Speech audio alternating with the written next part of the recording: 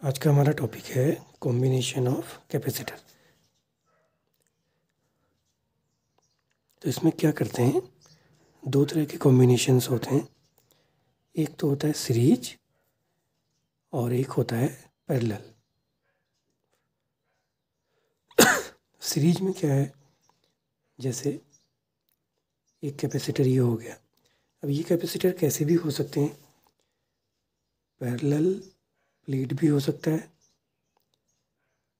Spherical जो अभी हम पढ़ेंगे वाले भी हो सकते हैं, और सिलेंड्रिकल भी हो सकते हैं।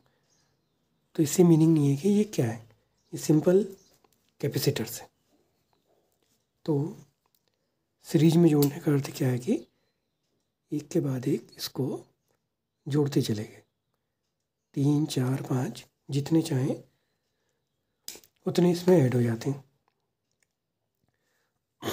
अब इसमें क्या होगा, ये एक प्लस एंड हो गया और ये माइनस वाला हो गया।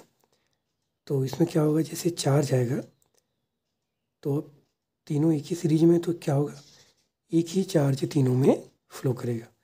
तो सीरीज कॉम्बिनेशन की जो प्रॉपर्टी है उसमें यह है कि चार्ज जो है वो कांस्टेंट रहेगा। तो इसमें प्लस क्यू, इस वाली प्लेट पे माइनस क्यू, फिर plus Q, minus Q, plus और माइनस, बाकी वो प्रॉपर्टी लगेगी। एक प्लेट को चार्ज मिलेगा, दूसरी अर्थिड होगी। तो इसके बाद क्या होगा, अब चार्ज तो सेम हो गया, लेकिन लेट इसकी कैपेसिटेंस C1, इसकी C2, इसकी C3। तो सीरीज में क्या होता है, चार्ज तो सेम हो गया, चार्ज या करंट, रजिस्टर वाले केस में करंट हो जाती है। तो चार्ज कांस्टेंट या करंट कांस्टेंट, दोनों चीज़ें कांस्टेंट होगी। वोल्टेज सब में अलग अलग हो जाएगी। मान लिया इस वाले में V2, इसमें V3, ठीक। तो अगर हम इसकी इक्वेशन बनाएंगे तो पहले कैपेसिटर के लिए क्या बनेगी, Q is equal to C1 V1, ठीक। दूसरे वाले के लिए बनाएंगे Q इक्वल C2 V2, और तीसरे वाले के लिए बनाएंगे Q इक्वल C3 V3। अब ये मान लो कि इनका जो रिजल्टेंट वोल्टेज है V, वो इन तीनों के सम के इक्वल होगी। अब जो V1 है वो कितना आ जाएगा, यहाँ से निकालेंगे Q/C1, ऐसे यहाँ से V2 Q/C2, और यहाँ से V3 Q/C3।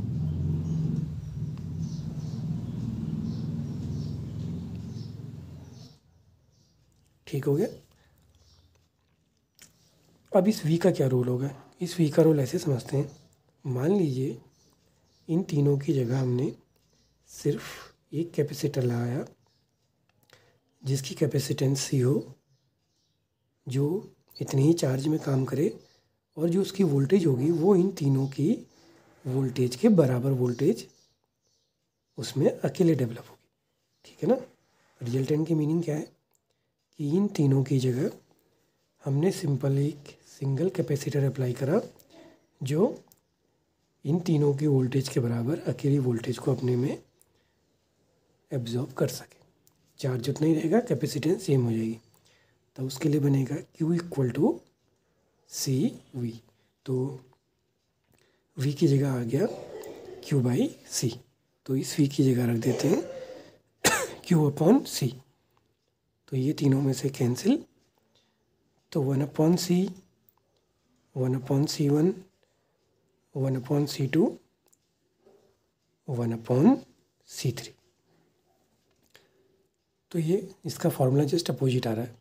रजिस्टर वाले में जब सीरीज होता था तो फॉर्मूला क्या आता था, R1 + R2 + R3, इसमें अपोजिट में आ रहा है। तो आप इसमें से C निकाल लेंगे, फिर उसका इन्वर्स कर लेंगे। दूसरा आ गया पैरेलल। इसमें क्या होगा कि एक कैपेसिटर ये लगाया, इसकी एक कंडीशन क्या होती है कि पैरेलल कॉम्बिनेशन में जितनी भी चीज़ें होती हैं सब एक बार एक एक प्लेट प्लस से होगी, सबकी एक प्लेट माइनस से ऐसे जुड़ेगी, इस तरह से। तो फिर वही लेट इसकी कैपेसिटेंस C1, C2, C3। अब जैसे सीरीज था, सीरीज में क्या होता है, Q या I कांस्टेंट होता है। तो पैरेलल में क्या हो जाएगा कि तीनों एक ही प्लस और माइनस एंड के बीच में लगे, यानी कि एक ही वोल्टेज के बीच में जुड़े गए। तो पैरेलल की प्रॉपर्टी होगी कि वोल्टेज सबकी सेम होगी, क्योंकि दोनों एक ही प्लस और माइनस टर्मिनल के बीच में तीन के तीन जुड़े हैं। तो ये तो सीरीज की प्रॉपर्टी है। और पैरेलल की प्रॉपर्टी क्या होगी कि वोल्टेज सब में कांस्टेंट रहेगी। अब क्या होगा, चार्ज, अगर हम देखें चार्ज के तीन पार्ट हो गए, एक इधर और एक इधर। तो इसमें चार्ज सब में अलग अलग हो जाएगा। ठीक, माना ऊपर वाले में Q1, इस वाले में Q2 और इस वाले में Q3। तो पहले के लिए इक्वेशन क्या बनेगी, Q1 is equal to C1V, दूसरे वाले के लिए Q2 C2V, तीसरे के लिए C3V। तो मीनिंग क्या है कि अगर सपोज करो टोटल चार्ज Q होगा तो वो इन तीनों के सम के बराबर हो जाएगा।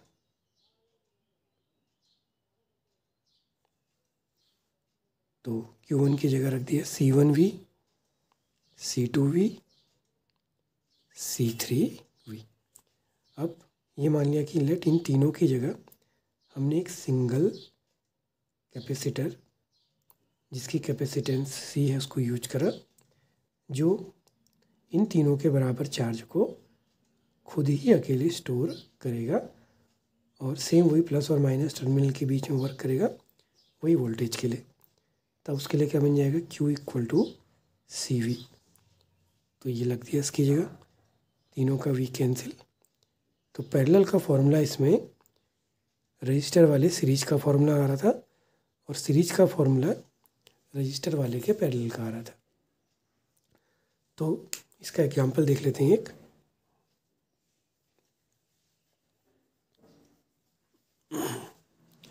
अगर मान लिया कि हमारे पास तीन कैपेसिटर हैं, लेट एक 2 माइक्रोफेरेड का, एक 3 माइक्रोफेरेड का और एक 4 माइक्रोफेरेड का। पहली बार में हमने इनको सीरीज में ऐड करा इस तरह से। तो हम देखेंगे कि इनका जो रिजल्टेंट कैपेसिटेंस होगी वो कितनी आती है।